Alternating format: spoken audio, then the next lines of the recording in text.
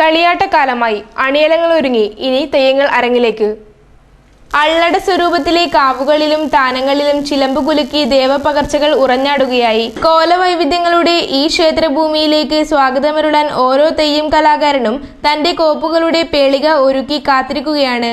വടക്ക് മഞ്ചേശ്വരം മുതൽ തെക്ക് കോരപ്പുഴ വരെയുള്ള തെയ്യങ്ങളുടെ തട്ടകത്തിനകത്ത് തോറ്റം പാട്ടും തെയ്യച്ചമയങ്ങളുടെ നിർമ്മാണവും മുഖത്തെഴുത്ത് അറിയുന്നവരുമായ നിരവധി കലാകാരന്മാർ തുലാം 10 കഴിയുന്നതോടെ സജീവമാകുകയാണ്. കലശോത്സവങ്ങൾക്ക് സമാപ്തി കുറിക്കുന്നതോടെയാണ് ഉത്തര കേരളത്തിൽ തെയ്യങ്ങൾ അരങ്ങൊഴിയുന്നത്. തെയ്യങ്ങൾ അരങ്ങൊഴിഞ്ഞാൽ പിന്നെ തെയ്യക്കാർക്ക് വിശ്രമകാലമാണ്. തെയ്യം കെട്ട് കുലത്തൊഴിലായി സ്വീകരിച്ചിരുന്ന വിവിധ കുലങ്ങളിലെ തെയ്യക്കാർക്ക് വറുതിക്കാലം കൂടിയായി തീരുന്നു ഈ ഒഴിവുകാലം. അടുത്ത തുലാ 10-ന് കാവുകളും താനങ്ങളും തറവാടുകളും ഒന്നുകൂടെ 40 തെയ്യക്കോലങ്ങൾക്കായി ഉണരുന്നതുവരെ. പിന്നെ കർക്കിടകം കഴിഞ്ഞ് ചിങ്ങവും കന്നിയും തെയ്യക്കോപ്പുകൾ പുതുക്കി കോലങ്ങൾക്കുള്ള ചമയങ്ങൾ ഒരുക്കുകയായി. തലപ്പാളി, പറ്റുംപാടം, ചിലമ്പ്, മണിക്കൈ, ഒടിച്ചുകുത്തി, കുപ്പി, അരയോട, അരയിക്കെട്ട്, ചൂടം, തലമല്ലിക, കഴുത്താരം, കാത് തുടങ്ങിയ ചമയങ്ങളെല്ലാം തന്നെ അണിയറയിലേക്കായി തെയ്യക്കാരൻ തന്നെ ഒരുക്കിയെടുക്കുന്നു. തെയ്യത്തിന്റെ ചലനങ്ങൾ അനുസരിച്ച് വാദ്യമേളങ്ങൾ ഒരുക്കുന്നവരും അരയോടെയും കിരീടവും മറ്റ് തെയ്യച്ചമയങ്ങൾക്ക് ഒരുക്കുന്നവരുമായ പഴയ തലമുറയിലെ കലാകാരന്മാർ ഇന്ന് അന്യമാവുകയാണ്.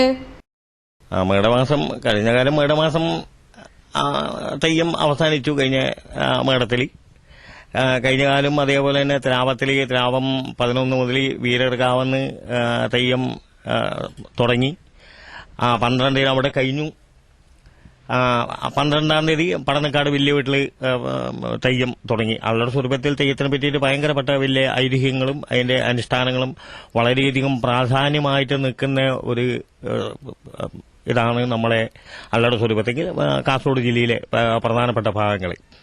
അപ്പൊ അത് കഴിഞ്ഞ കാലം മേടത്തില് കളിയാട്ടങ്ങളൊക്കെ കഴിഞ്ഞു. പിന്നെ ഇടവത്തില് അത്യാവശ്യം തെയ്യം ഉണ്ടാവും, നേർച്ച അല്ലെങ്കിൽ പിന്നെ കലശം, കാവിലെ കലശം, മടിയങ്കുലത്തെ കലശം, ഇതൊക്കെ കുറിച്ചു കഴിഞ്ഞാൽ തെയ്യത്തിന് കുറച്ച് വർജങ്ങളുണ്ട്. ഓലയും തിരിയും ഇതൊക്കെ കുത്തിക്കഴിഞ്ഞാൽ പിന്നെ മടിയങ്കുലത്തെ ആണ് നമുക്ക് ഏറ്റവും വലിയ പ്രധാനപ്പെട്ട കലശം.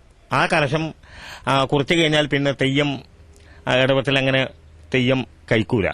എന്നാലും വലിയൊരു മെച്ചങ്ങളൊന്നും ഇല്ല തെയ്യത്തിൽ. വളരെയധികം ഇന്നത്തെ കാലാവസ്ഥയ്ക്ക് അനുസരിച്ചിട്ട് നമുക്ക് കിട്ടുന്ന അതെല്ലാം കൂലിക്കാർക്ക് കൊടുക്കാനും ചായ കുടിച്ച പീടിയിലെല്ലാം കൊടുക്കാനും മാത്രമേ ഇല്ലു. വേറെ പിന്നെ കൂടുതലായിട്ട് ഒന്നുമില്ല. പക്ഷെ നമുക്കിത് ചെയ്യാതിരിക്കാൻ വേണ്ടി പറ്റില്ല. അനുഷ്ഠാനത്തിന്റെ വളരെയധികം പ്രതീകമായിരിക്കുന്ന ഒരു കർമ്മങ്ങളാണിത്.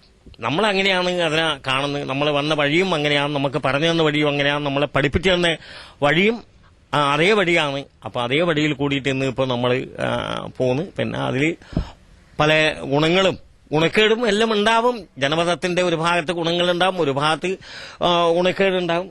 നല്ല കീർത്തികളെല്ലാം ഉണ്ടാവും, നല്ല മുദ്രകളൊക്കെ കിട്ടും. പിന്നെ അവസാനാവുന്ന സമയത്ത് പിന്നെ ആരുമില്ല. വളരെയധികം ദയനീയ അവസ്ഥയാണ് തെയ്യം കലാകാരന്മാരുടെ ജീവിതത്തിൽ അവസാന ഘട്ടത്തിൽ സംഭവിക്കുന്നത്.